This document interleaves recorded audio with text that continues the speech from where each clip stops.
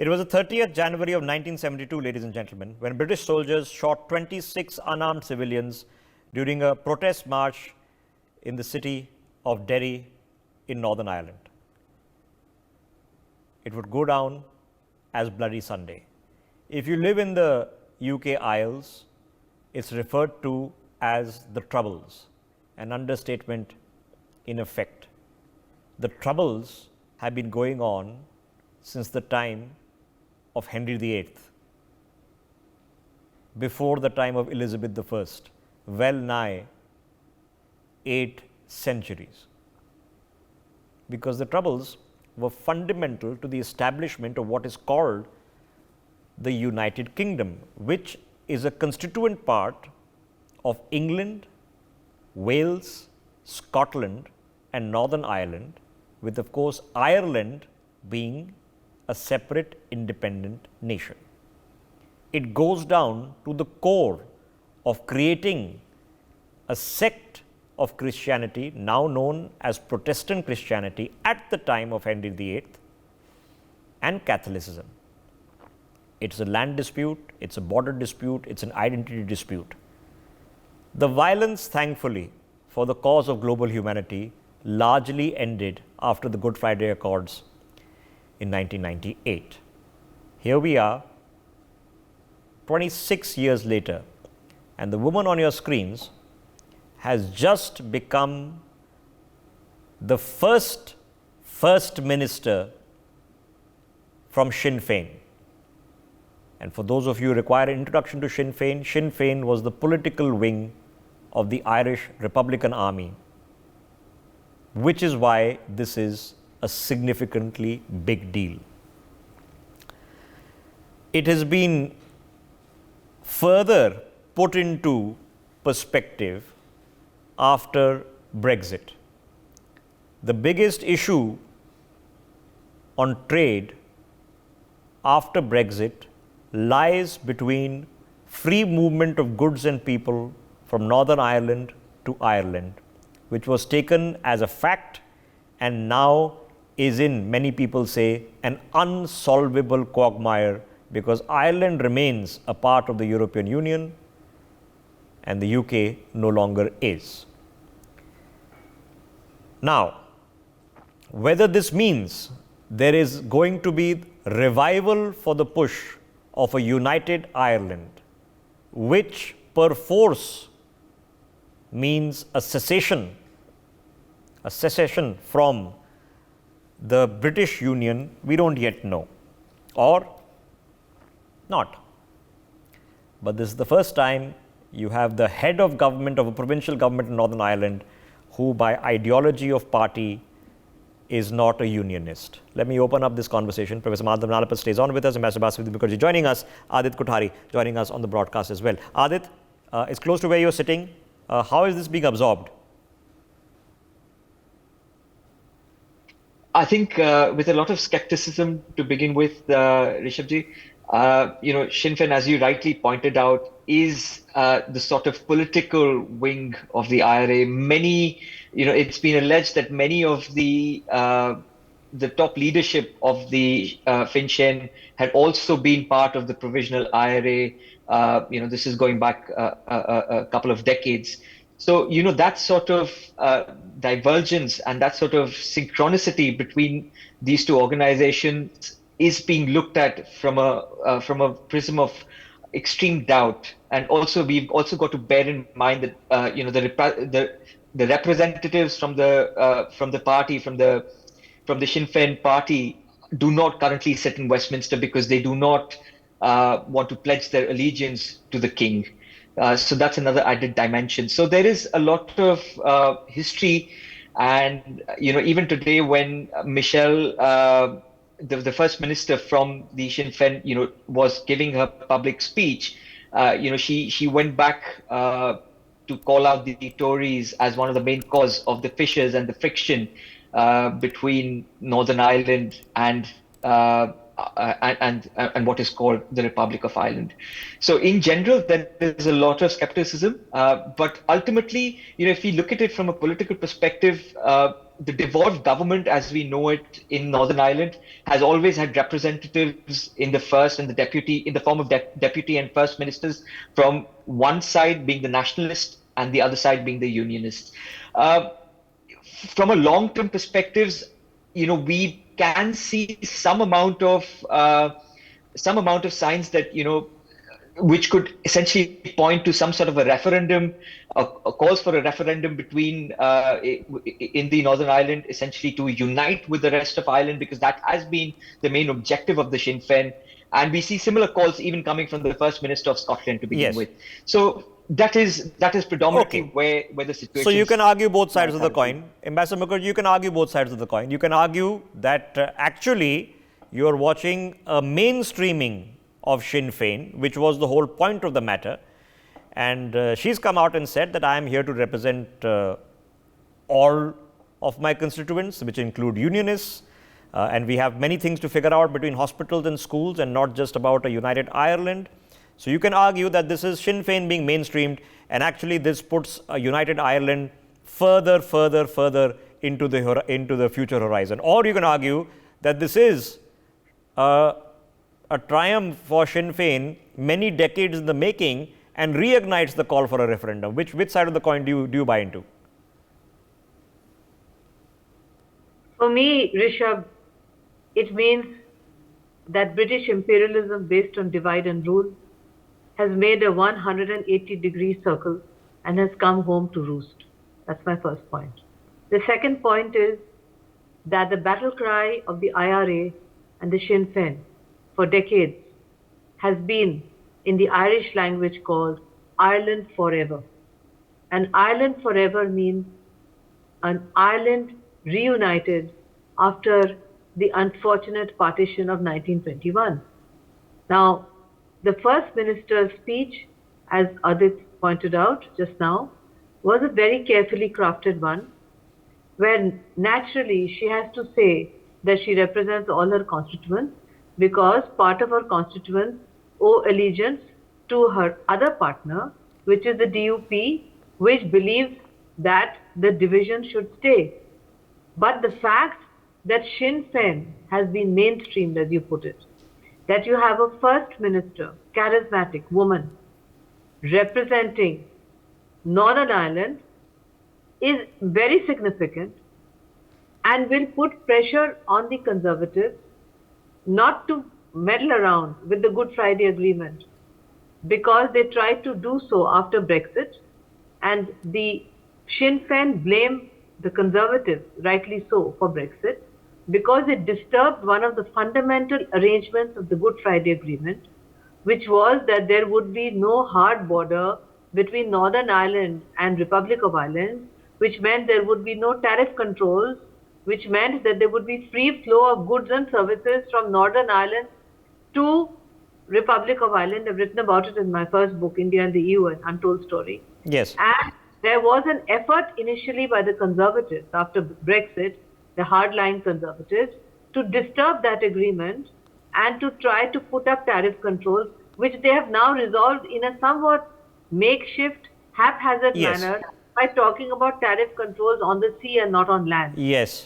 There are many unresolved issues here. But the most important thing, Rishabh, is that if they try to fiddle around with the Good Friday Agreement in order to get votes from DUP next time, more votes, there will be bloodshed in Northern Ireland after a long time. Okay. And moreover, for the mainstream Brits, Rishabh, it is difficult for them to swallow, because let's not forget that it is the IRA who almost assassinated a British Prime Minister, maybe before you were born. I certainly remember what happened. And of course, assassinated Louis Mountbatten. Okay. Again, the border issue between Northern Ireland and Ireland in terms of tariff controls is unsolvable. You can't solve it.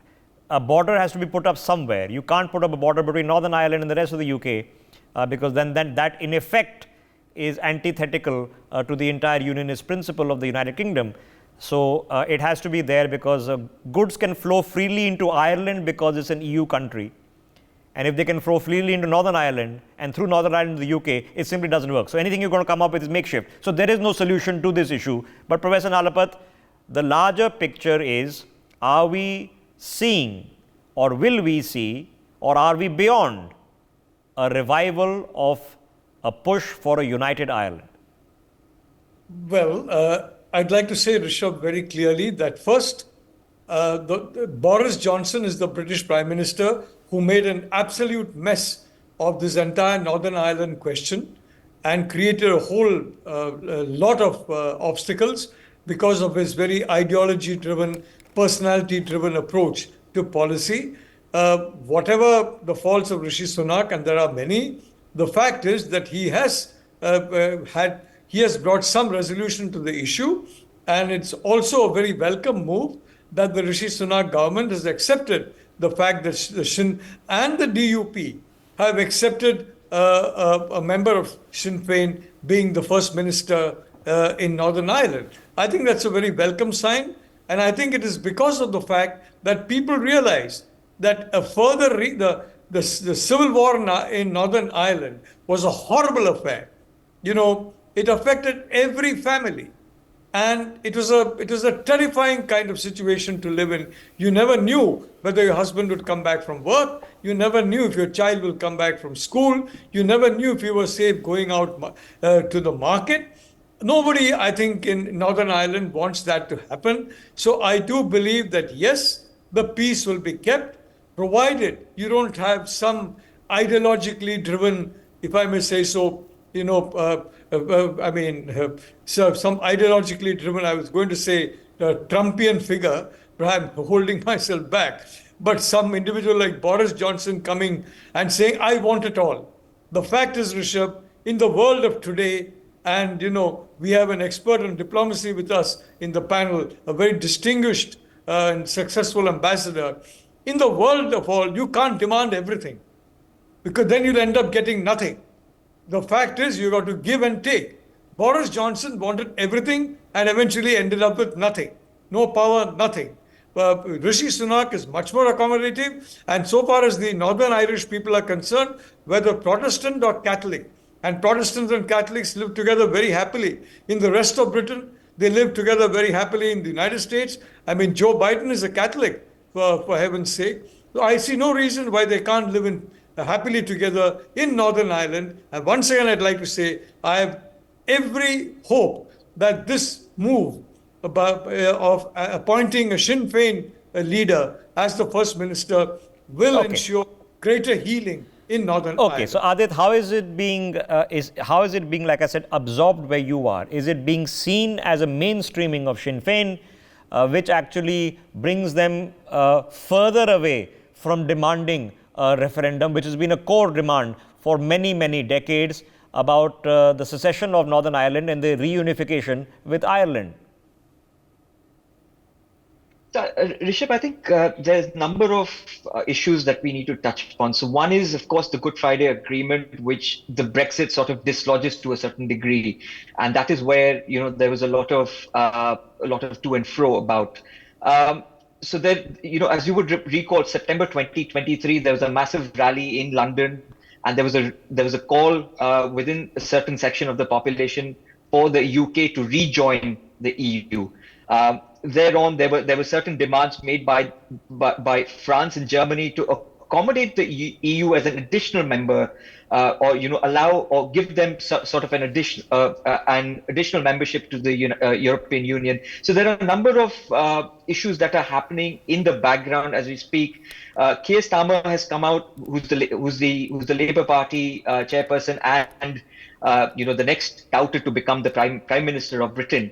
He's come out categorically to say that the United Kingdom will not join the EU. So a lot of to and fro is happening at this point. But to come back to the main question, whether it's the mainstreaming of a Irish Republican political party, which was seen very close to a sort of proscribed terrorist organization, I would say yes, it is. But at the same time, they are much more mainstreamed, and they're much more ideologically, they're much more far away from the IRA as they used to be during the times of the Troubles. So we do not see we do not see them coming back to holding some sort of a massive Okay, problems so then the argument then UK, is, then Ambassador Mukherjee, the argument seems to be that the part where Sinn Fein over the past few days has been saying that United Ireland is moments away, it's a huge step closer, that we are, this is all rhetorical, it quintessentially is something that you're going to say but not act upon, and the pragmatic reality of running a territory takes over. Do you suspect that that ideology is now pretty much in the dustbin of history? No, I don't agree, Rishabh, at all. Let us look at the history of Ireland. Let's look at the potato famine. Let's look at British imperialism in Ireland. Let's look at the hurt feelings of those who follow Sinn Fein. And when you talk about Protestants and Catholics living together happily in other parts, that is true, but not here, because here Protestants and Catholics are either for or against partition of Ireland forever. So religion and politics have got intermingled, and each side is identified by his position for or against the partition. So I don't think that ever Sinn Fein can ever give up its dream of a united Ireland. They were created on that dream, and their supporters would throw them out if they gave up the dream. We are in a situation where we have to see how Rishi Sunak, in the limited time available to him, because I'm sure that the Conservatives will lose the election, in a limited time available to him till January 2025, or this can correct me if I'm wrong, that's the time when he has to have elections. He would have to see how to do a fiddle on the Good Friday Agreement with regard to goods and services, Rishabh. They have done a good fiddle. We are actually in a situation where British goods and services are flowing from Northern Ireland into Republic of Ireland without tariff barriers, and then flowing into the EU without tariff barriers, making a complete paradoxical nonsense of Boris Johnson's Brexit. Okay. That is the reality. So if they don't fiddle with that, there's some chance. Otherwise, I'm sure that the Sinn Fein and their followers can never give up their dream of a united Ireland. Okay. Their battle cry has always been that of a united Ireland. Okay. As per the Irish Times, a survey done in the summer of 2023, it says among Northern Catholics, there has been increased support for holding a referendum for a united Ireland. Last year, 74% were in favor of having a referendum and 12% were opposed, a balance in favor of 62%. This year, 81% are in favor and 10% are opposed. In the views of the Northern Protestants, 2/5 supporting referendums in 2023. And in the South, opinions are also consistent with two periods, with 3/4 supporting referendums last year and this year. On both sides, one way or the other, to win or to lose, there have been demands and high public opinion for referendums, but nothing has been discussed at the political level, probably will not happen. So, Professor Narapat, are we a step closer to the open questions of referendum, not only in Ireland, but as you know, the similar demands have been in Scotland as well? Well, I'd like to say, Rishabh, very clearly that, if you have a situation in which Northern Ireland reverts to being Ireland, certainly the Protestant community there is not going to favor it at all. And they are basically, there is going to be a recurrence of violence. In the case of Scotland, well, the Scottish nationalists crested in a way, but even then, they lost the referendum. The reality of the situation is that there are advantages to being the United Kingdom, and there are advantages which I've been saying for some time. You have a soft border between Scotland and the EU, and between Northern Ireland and the EU. So you have two windows, so to speak, into the rest of the European Union. I think that's the only way to ensure that Brexit works in the United Kingdom. You cannot separate yourself from the fact that you are a part of Europe, but the way to do that is to have a soft border in Scotland and a soft border in Northern Ireland. And I think that will please the people of both Scotland and Northern Ireland. So if that happens, yes, it will work out. But again, Rishabh, I'd like to say that, I've been to, for example, troubled parts of India at that point in time. In Kashmir in the 90s, it was a hell for the people there. And that's why they're not anxious to get the trouble coming back. In the Northeast now, you have individuals who once took to the gun, who are now who are now ministers and chief ministers. So same thing has happened. And the peace has been retained there largely. So I'd like to say, yes, I am optimistic. Okay. How much of it is a question, one for the Irish people, Adit, for the people of England, for the English people? How are they viewing what has just happened? So, I'm going to touch back to what I initially opened our debate with. So there is a lot of skepticism because it's the mainstreaming of a political party which has had leanings with proscribed terrorist organizations. But at the same time, I think the people of England also understand the problems of the Irish people where, the Good Friday Agreement is absolutely quintessential to their ethos. And the fact that Brexit essentially unwinds a lot of that trouble. So which is why a lot of people are probably in favor of the associate membership of the United Kingdom to the EU, so that these fissures that are erupting between Scotland and England, and the Wales and England, and between Northern Ireland and England can be sort of eased out with that sort of a membership, which allows free trade between all of Europe. Long drawn out crises, unfortunately stained by blood, and I would hope, obviously, that is not the recurrence anytime soon or in the near future. And I'll leave it open to your judgment whether this means that Sinn Fein is now as mainstream of a political party in the UK as one can possibly think, and its ideology rooted in separating from the United Kingdom and joining Ireland is just rhetoric, and it's about other, as they call it, bread and butter issues which are more important right now, or the opposite, that this is the opportunity to push it forward, something which their entire vote base has subsisted and survived with them for so many decades, despite, you can imagine, very severe pressure from the English establishment in London. For more such videos, subscribe to the NewsX YouTube channel, hit the bell icon.